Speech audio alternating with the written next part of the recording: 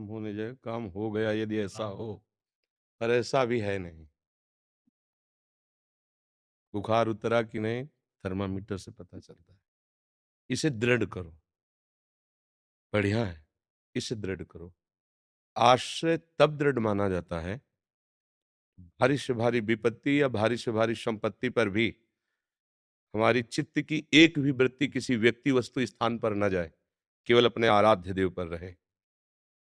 त्रिभुवन की राज्य लक्ष्मी देने पर भी आधे पल के लिए जो अपने प्रभु का चिंतन न छोड़े, या संपूर्ण प्रलयकारी विघ्न उपस्थित होने पर भी अपने आराध्य देव का चिंतन न छूटे, उसे कहते हैं दृढ़ आश्रय। दृढ़ आश्रय लेने में हम तत्पर हैं, दृढ़ आश्रय अभी हुआ नहीं, क्योंकि दृढ़ आश्रय और सिद्धावस्था एक ही बात है। नाम जपने की चेष्टा करने पर रुचि, नाम रुचि प्रकट हो गई, फिर तो कोई दुर्लभ बात है ही नहीं।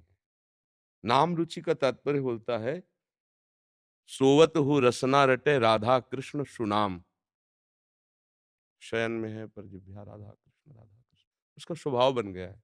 यह जो परिमय सहज स्वभाव, श्री हरिवंश नाम रस चाव, नाव सुदृढ़ भव तरन को, दूसरी की जरूरत नहीं। नाम अगर निरंतर जप रहा है, जब क्या रहा हो रहा है, जब रुचि हो जाती है ना, तो हमारी चित्त और चित्त की वृत्ति वहीं जाती है जहाँ हमारी रुचि होती है। जिस व्यक्ति से, जिस वस्तु से, जिस स्थान में, वही हमारे चिंतन का विषय बनता है। हमारी रुचि नाम में है, तो प्रेम मूल यह नाम है, प्रेम का मूल नाम ही है। प्रेमी रसिक जपत यह नाम, प्रेम मगन निज बन विश्राम, श्री हरिवंश जहाँ रहें, प्रेम प्रवाह परे जन सोई, तब क्यों लोक वेद शुद्धि होई, जब हरिवंश कृपा करी, व्रत संयम तब कौन कराए, संतत सकल सुनो चित लाए, श्री हरिवंश प्रताप जस। जब हमारा चित्त नाम में डूब गया, वित संचित निज नाम, हमारे पास नाम रूपी संपत्ति एकत्रित हो गई, अब हमें इससे अब प्रभु को खरीद लेंगे। आज तक कभी किसी ने तपस्या से प्रभु को अधीन किया हो, व्रत से, नियम से, संयम से, बहुत कठिन। ऐसे कोई एक वो क्या, नाम में तो प्रायः भगवान अधीन हो गए हैं। सुमिर पवन सुत पावन नामू अपने बस करी राखे। नाम डोरी है, प्रभु पतंग है, डोरी खींचते जाओ पतंग नजदीक आती जाए, डोरी छोड़ दिया पतंग नहीं पाओगे। ऐसे भाई जी से हनुमान प्रसाद पोद्दार जी महाराज कहते हैं, यदि भगवान श्री हरि भी सामने है और नाम छूट रहा है तो मत देखो श्री हरि को, नाम पकड़ो। नाम जिस नाम के बल से वो आए हैं वो अधीन हो जाएंगे, जाएंगे नहीं। तो ये तो अहोभाग्य है जो आपके नाम में रुचि करने की चेष्टा हो रही है, भगवत आश्रय होने की प्रबल लालसा हो रही। ये अहोभाग्य है, सद्भाग्य है। पर दैन्य रहना, कहीं कोई ऐसी बात अहम से न कह देना कि मैं कोई व्रत नियम संयम तीर्थ याटन इनका कोई महत्व नहीं रखता, मैं तो भगवत आश्रित सब प्रणाम है, पर हमारी पहुंच इतनी ही है और यही सर्वोपम है, इससे बढ़कर कुछ नहीं। सब साधन कर यह फल सुंदर, प्रभुपद पंकज प्रीति निरंतर, अपने आराध्य देव का मधुर मधुर स्मरण याद।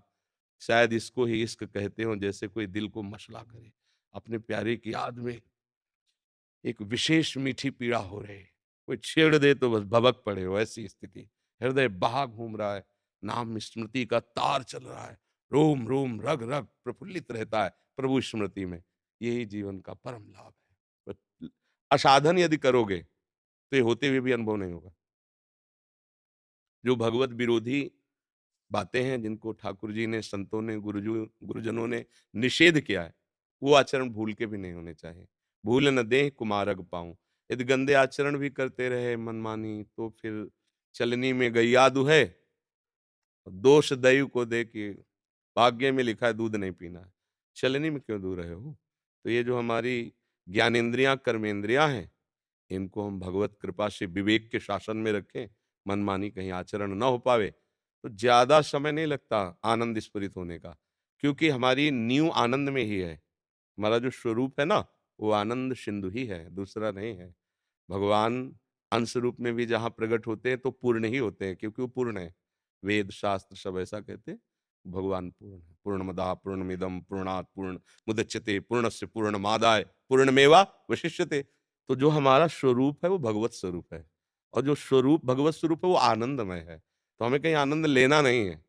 हमारी स्मृति दुखालयम अशाश्वतम का चिंतन कर रही, पलट जाए बस, जीवित मर जाए उलट आप में समाए, ये दिलगिरी है, ये प्यार है, आस की है अपने प्रभु से, मस्त जीवन, एकमात्र भरोसा दृढ़ प्रभु का और निरंतर नाम स्मरण, इससे बड़ा कुछ है ही नहीं।